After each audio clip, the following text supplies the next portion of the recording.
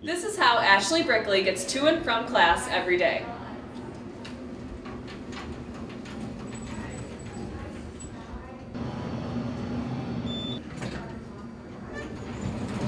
In an emergency, she doesn't have that option. With gusts of wind hitting about 40 miles per hour this week and wind chills of negative 15 degrees at times, it can be hard to keep some of those dated houses here on campus warm.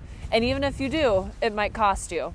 The famous Pennsylvania groundhog saw his shadow earlier this month, which should mean that spring is coming early and we can say goodbye to those cold temperatures. Here's a look at what we know so far. The state trooper was heading eastbound as the other car was heading westbound. Somehow the two collided and the other car ended up in the ditch. We'll keep you up to date with more details as they arrive. Thanks, Eric.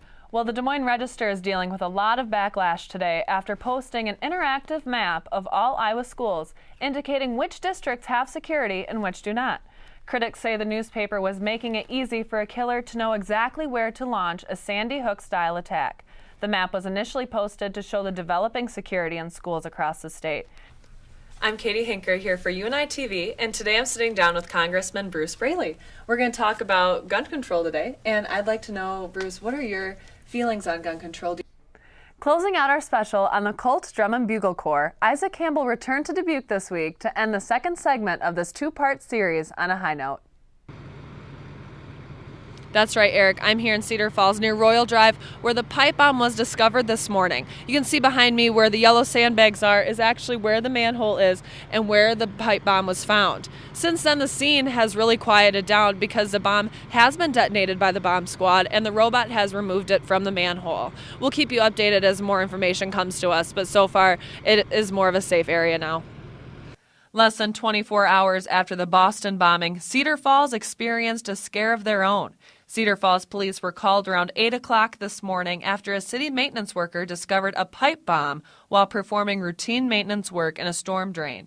It was described by Police Chief Jeff Olson as your standard pipe bomb made of metal pipe and PVC material.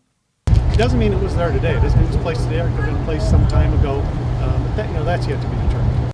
They called in the Waterloo bomb squad, who used this robot to first get video of the device and later safely detonate it.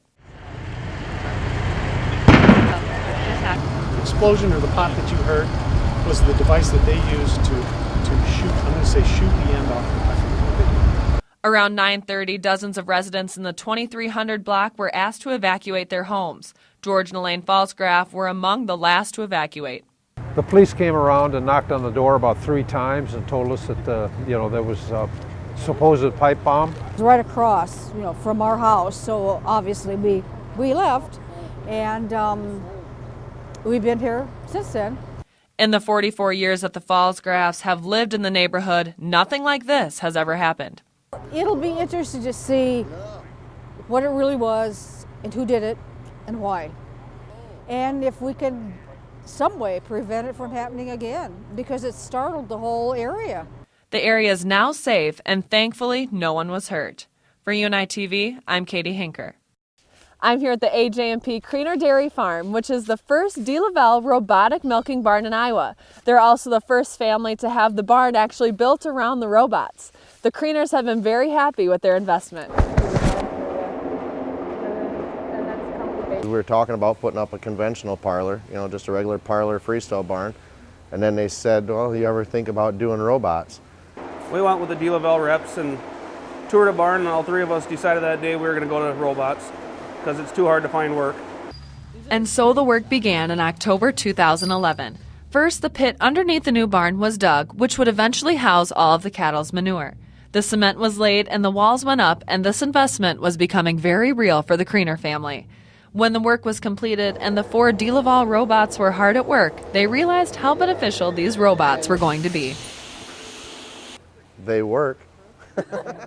We didn't have to worry about waking up so early in the morning and milking cows and everything else.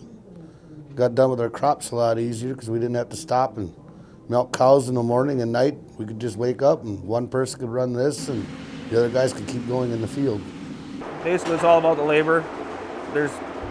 You don't have to pay the machines to do your labor for you. So why aren't more farms using this technology? Everybody looks at the cost, at the sticker price on it at first, and realize they think that they can pay labor instead. But this way, we don't have them calling in at 2 o'clock in the morning saying they can't make it to work. Here's how it works. The cows are laying down there. In order for them to come and out here to eat, they have to go through a set of gates, which identifies them, and if they have milking permission, they get cut into the holding pen up there. And if they have just been recently milked, then they get cut to come straight through, which allows them to come and eat. With a decision that could make or break their family farm, it looks like this investment is going to make it.